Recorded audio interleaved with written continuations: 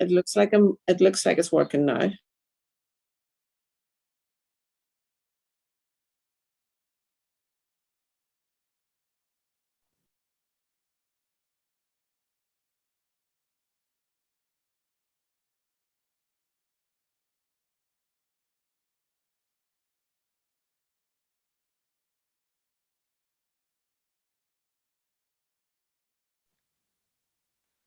Hi, Madam Chair.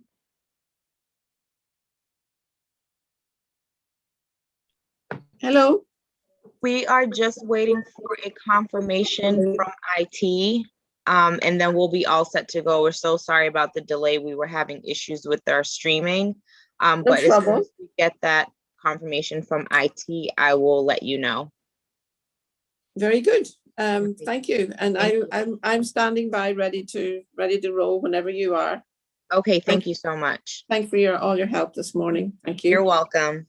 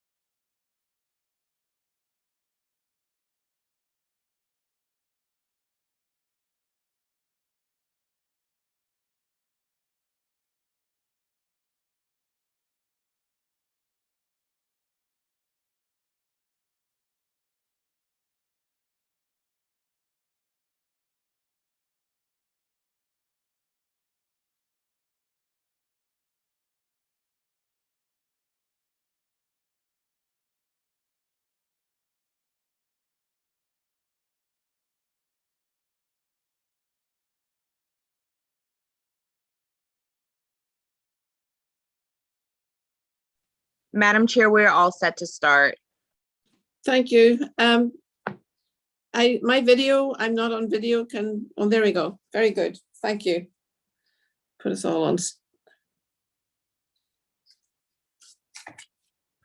Good morning, everyone. Thank you for your patience this morning. We were having some technical difficulties.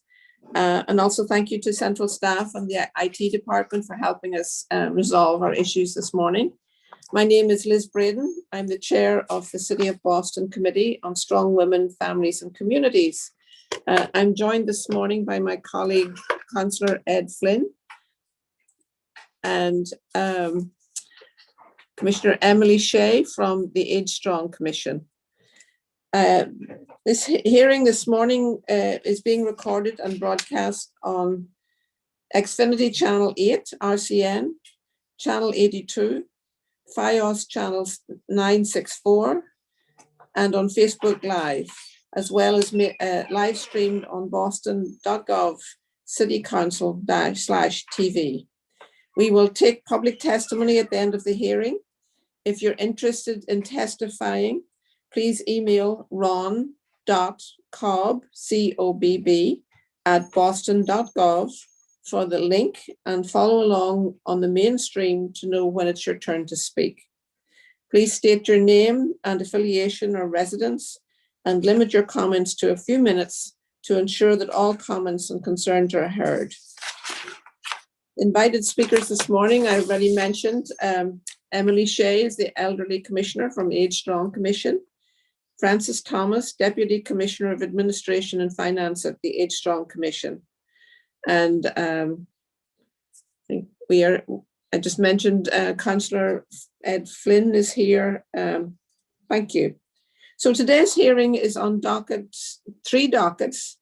Docket 01630, message and order authorizing the City of Boston to accept and expend the amount of $566,120 in the form of a grant for the financial year 2021 Title III caregiver services awarded by the U.S. Department of Health and Human Services, passed through the Massachusetts Executive Office of Elder Affairs, to be administered by the Age Strong Commission.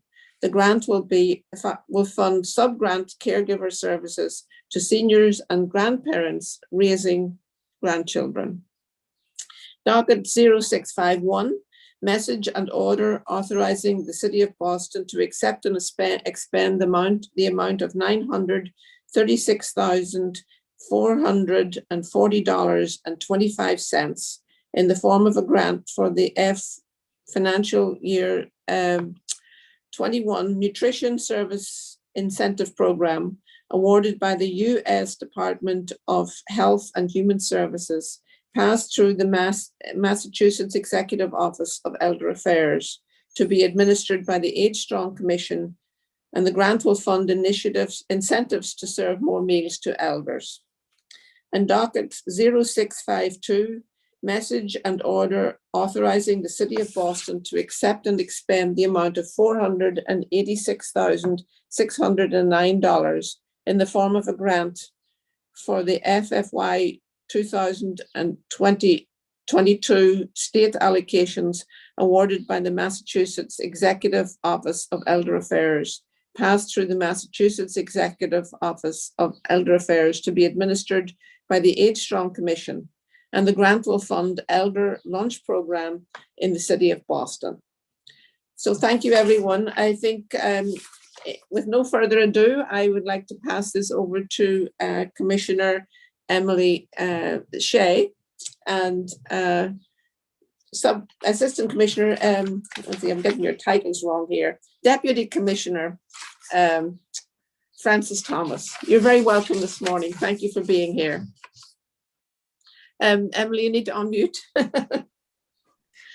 I learned that after so long, but thank you so much, Councillor Breeden. I'm really happy to be here today talking about these grants. These funds are part of what makes our work have so much impact on older adults is some of these grant funds that we get in both from the state and the federal government that we then turn around and we fund a network.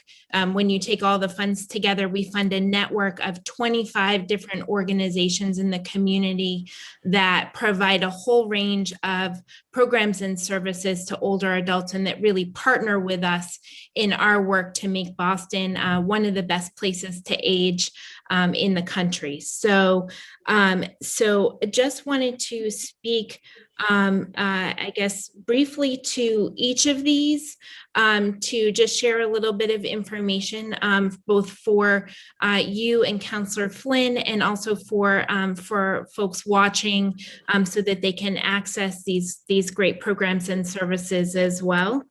So docket 0630, the Title III caregiver program.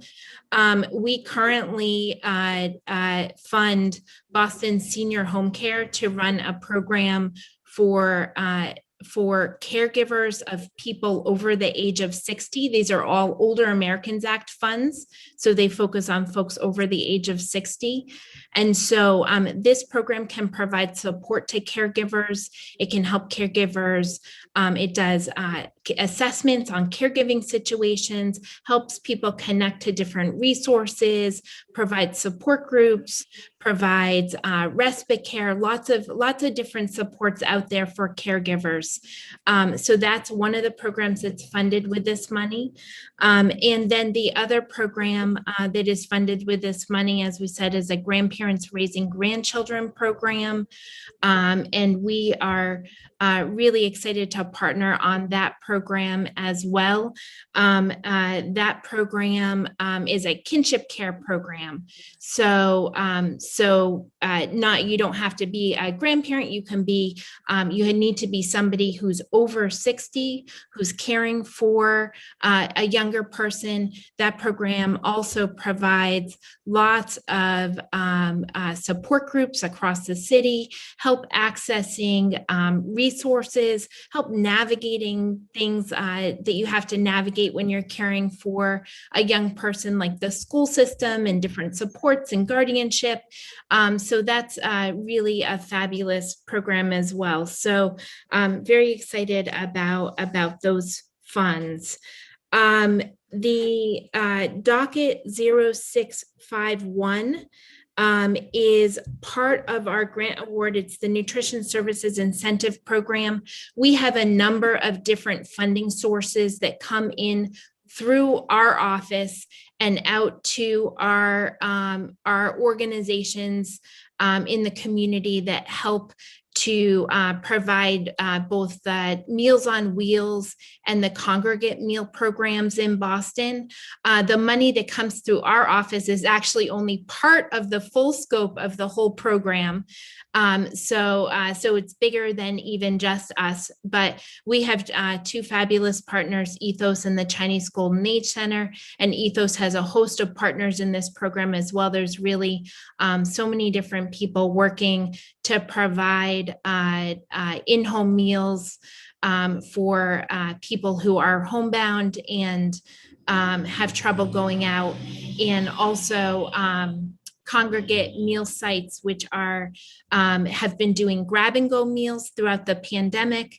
But I just got an email right before this hearing that a number of those sites are actually getting back up and running in person as well.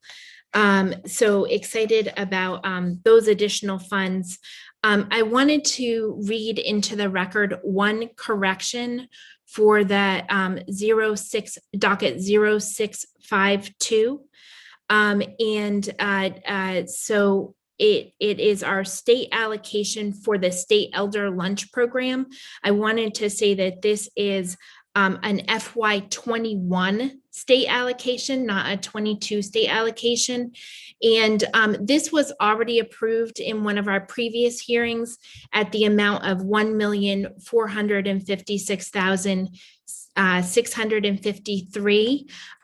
That was a preliminary allocation from the state for us that we received for the state, and we've now received our full allocation. So the amount that you read into record, Counselor, of that $489,609.24, that's an additional amount and that will bring us to our fully awarded state elder lunch amount of $1,946,262.26. So, and again, just like the Nutrition Services Incentive Program, or NSIP, as we like to call it, this is just another piece of the funding that comes together to help to fund that important program for older adults.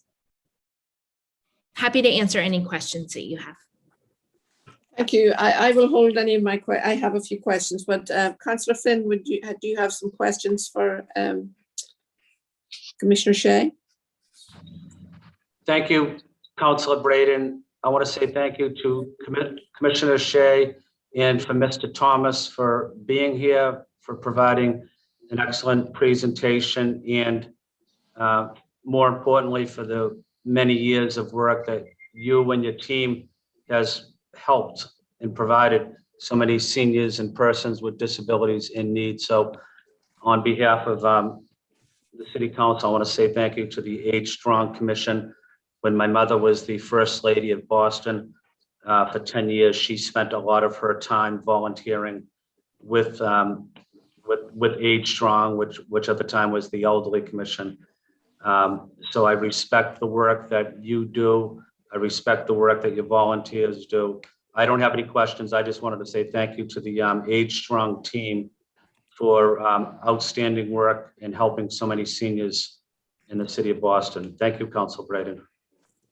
Thank you, Councillor Flynn. I had a couple of questions. In terms of the support groups for elders raising children or any of these, where's the best place to access that information to know what resources are available? I know the Boston Strong magazine has a lot of that information, but are there other ways to find out about it? Sure. So for anybody looking on for any aging information, they're welcome to call our office. You can call our office just by calling 311 and getting connected to the Age Strong Commission. There also is our ASAP partners have something called Boston Elder Info. That is another way to get information, and that phone number is oh geez, I should make sure I have it right before I read it into record. 617-292-6211, I believe. Francis, if you could look that up and just make sure I got that correct, that would be fabulous. And then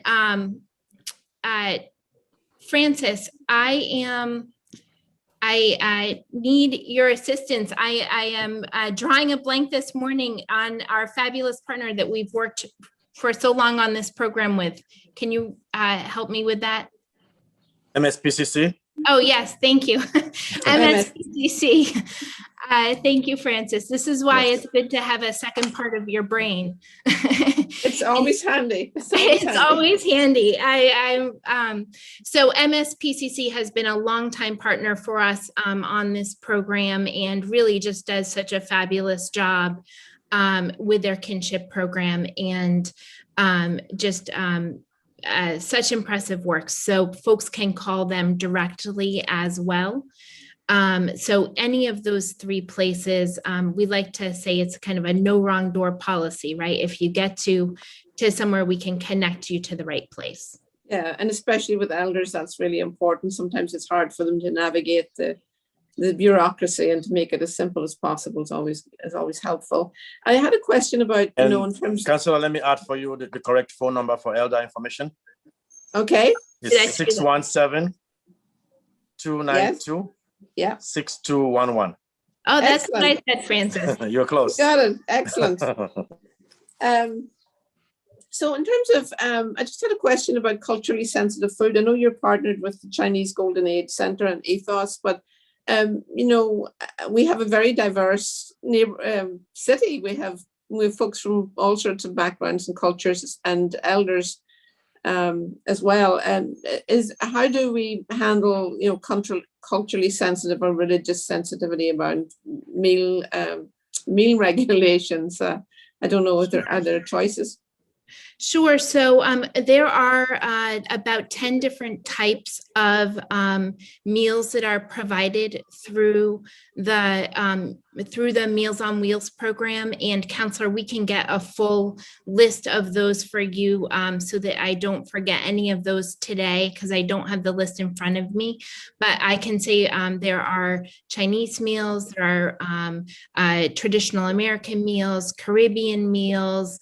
There's a kind of African meal that they have. There is, they also provide kosher meals.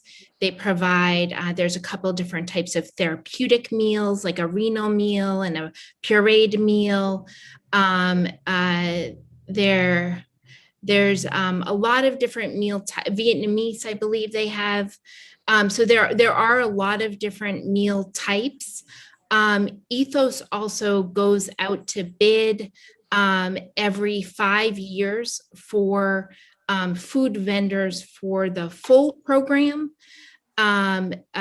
for both meal and delivery vendors. And when I say the full program, I mean, I just mean that our money is a piece of the full pot of money that funds this program. And so they do go out to bid, and they also, if there are organizations interested in providing food, they do talk to people in between bidding times about opportunities.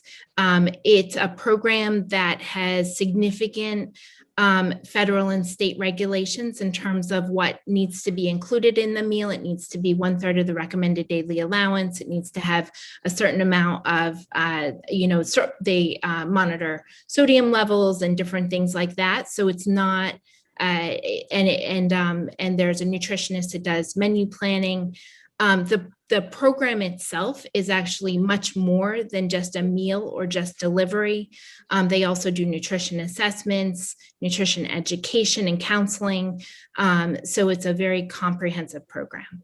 Yes, and a very important and vital one as well. So thank you for all that work. And let's see, in terms of supports for caregivers, I know I have a family member recently, we've had experience a family member needing support for your caregiver support network. Can you give me a little more, just for the viewers watching, a little more information about caregiver support?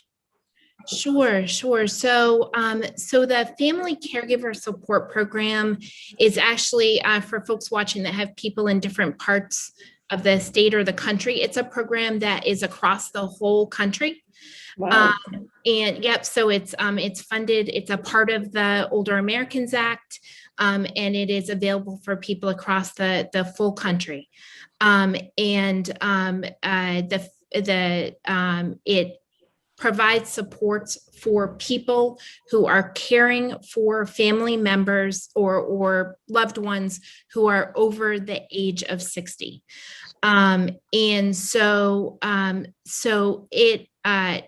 the care advisors can do assessments to help a family really understand what the resources are that are out there. They can help a family kind of navigate care systems. They have some funding to help for some respite care. They also provide some support groups. There's a fabulous evidence-based support group that they do that helps bring caregivers, care partners together and really provide them with that support that's needed. I know they've been doing those virtually throughout the pandemic, and I think that they'll continue to do some virtual and some in person. They actually received some additional funding through the CARES Act this year, which is really exciting. Because I think one of the problems with this program and with a lot of aging programs is that people just don't know that they're out there and that they can access them. And so we were able to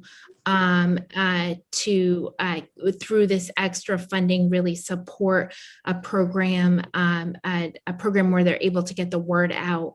And they've been on billboards, and they've been in newspapers and out on radio, and really letting folks know about all the programs and services they can access through the Family Caregiver Program. So it's a great program, and I really encourage anybody who has a loved one that they're caring for to check it out. You can just call that Boston Elder Info number that we gave before, the 292-6211 number, and get connected to that program. It also, if folks leave this and they're like, I didn't have a pen and I don't know where to call, just call 311 and we'll get you connected to it. That sounds great. And I agree, so much of it is just making that first call and making the connection to start. And And no, and also, you know, I think when you're in the midst of taking care of an elder or a family member who's an elder, you can get overwhelmed so easily. So it's important to know that there's help out there. I agree with that, Counselor. And, you know, I think that it's also, even if you think you don't need the program, you might want to give a call now and just learn what's available for you, because when you're in crisis, you want to know what's around and be able to access it. Yeah. Councillor Flynn, did you have any additional comments or questions to ask? Or And yes, Councillor Braden, I just wanted to follow up on one of your comments, Councillor Braden. You know, we see a lot of seniors caring for their grandchildren. My parents are old and they care for my sister's son who's special needs. And he has very, very difficult challenges walking. But I know you talked about it, Commissioner, but you see a lot of grandparents that are old and that they might be disabled to themselves, and they're caring for grandchildren that might have special needs challenges. How do you factor all of that in, working with maybe with the Mayor's Commission on Persons with Disabilities, but how do you factor all of those challenges in? You know, the family it's everything now. It's an extended family. It's not just the parents and the kids. It's the grandparents. It's the aunts. It's the uncles. It's everybody really now. But what are your thoughts about that, Commissioner? Sure. I mean, I think that it's important to kind of take a comprehensive look at everything that a family system needs, right? And that's why there's supports for older adults, and there's also supports for a kind of older adults who are helping their younger grandchildren or grandnieces or great grands or whomever it might be. And so, you know, I think that it's important that those two systems work together, right? And that our partners at MSPCC also kind of understand how to connect people back. And if they feel like a grandparent or a care provider that they're working with also needs assistance kind of from the other aging network services to be able to connect people in. And on that end, one of the things that we do is I said we work with 25 different organizations that we fund through our Title III Older Americans Act dollars. And we do bring our grantees together with our team just to be able to know each other, to be able to make referrals back and forth, to understand what the full scope of all of the programs and services out there are, so that we can make sure that folks get connected. Well, thank you, Commissioner. Thank you, Mr. Thomas, and thank you, Councilor Braden. Thank you. I don't have any other questions. I really appreciate all the great work you do. I think I said this before, I think the Age Strong Commission does an incredible job, and I look forward to recommending that these dockets pass at the next council meeting. Wonderful. Thank you so much, Councillor and Councillor Flynn and Councillor Braden, and really appreciate all that you do and your support of the Age Strong Commission and all the older residents. Yes, as I say, it takes a village to raise a child. I think it takes a village to keep us all all healthy and supported and well. So I appreciate all the great work. Great, thank you. Thank you. Thank you. Thank you. I now call this. I now adjourn this meeting. Thank you so much. I don't have a gavel.